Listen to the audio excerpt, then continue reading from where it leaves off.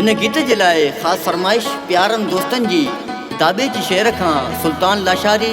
Nadeem ख़ासकेली, easy लोडवारो, Mumtaz Ali आमड़ो ऐं ॼाम branch खां उस्ताद हबीब अहमद आमड़ो, उस्ताद मुस्तफ़ा आमड़ो, उस्ताद इमाम बख्श आमड़ो, उस्ताद आसिफ अली आमड़ो, ख़ुदा बख्श आमड़ो, रोशन अली आमड़ो, सब्ज़ अली आमड़ो ऐं हैदर टांक केबिन वारो ऐं मीरपुर साकरे खां अरशाद अली ख़ासकेली, इज़ी लोडवारो, नज़ीर अहमद आमड़ो ऐं दणी बख्श डॉक्टर, तुंहिंजी ख़ासि फरमाइश। जबल हलियो वाड़ जानी, जबल हलियो आ, जबल हलियो वाड़ जानी, जबल हलियो आ, जाम खुंबियूं लियार पका, जबल हलियो आ, जाम गमियूं लियार पका, जबल हलियो आ, शुक्र थियो मींहं वठा, जबल हलियो आ।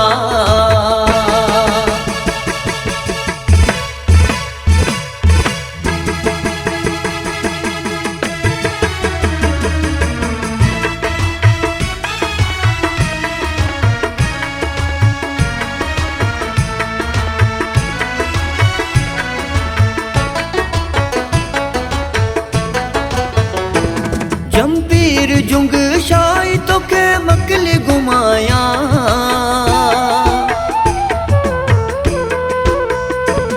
जंपीर जुंग शाही तोखे मकल घुमाया, धाबे जी स्टेशन जा तोखे मेल ॾेखारिया, धाबे जी स्टेशन जा तोखे मेल ॾेखारिया,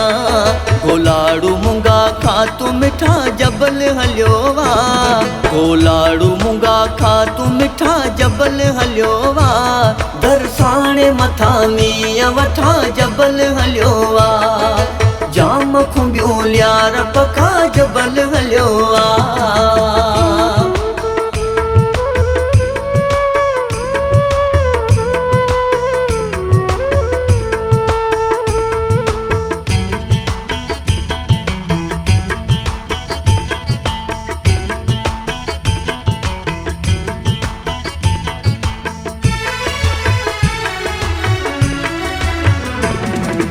छात लुलुर कोडीर, छात मलीरा,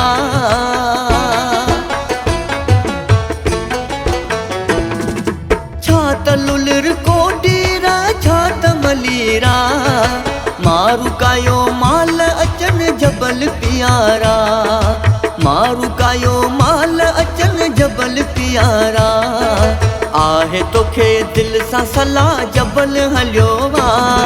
मलीर मथां मींहं वठा, जबल हलियो वा, बंबोर मथां मींहं वठा, जबल हलियो वा,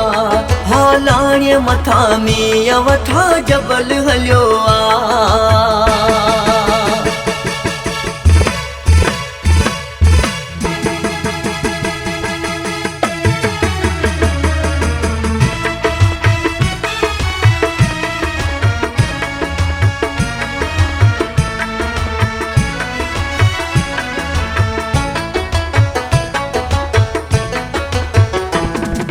खमीसा चढ़ी भिटन ते तोखे सॼां थो,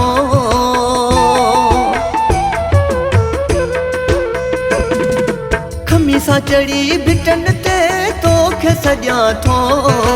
अमड़ा तोसां मिलण लाइ ॾाढो सिकां थो,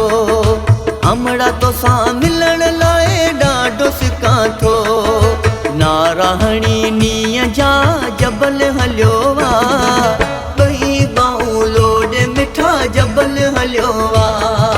उतर पासे मींहं वठा, जबल हलियो वा, मोराईअ मथां मींहं वठा, जबल हलियो वा,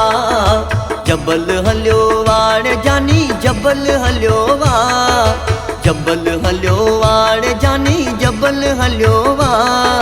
जाम खुंबियूं लियार पका, जबल हलियो वा, मोराईअ मथां मींहं वठा, जबल हलियो वा, गॾाप मथां मींहं वठा, जबल हलियो वा।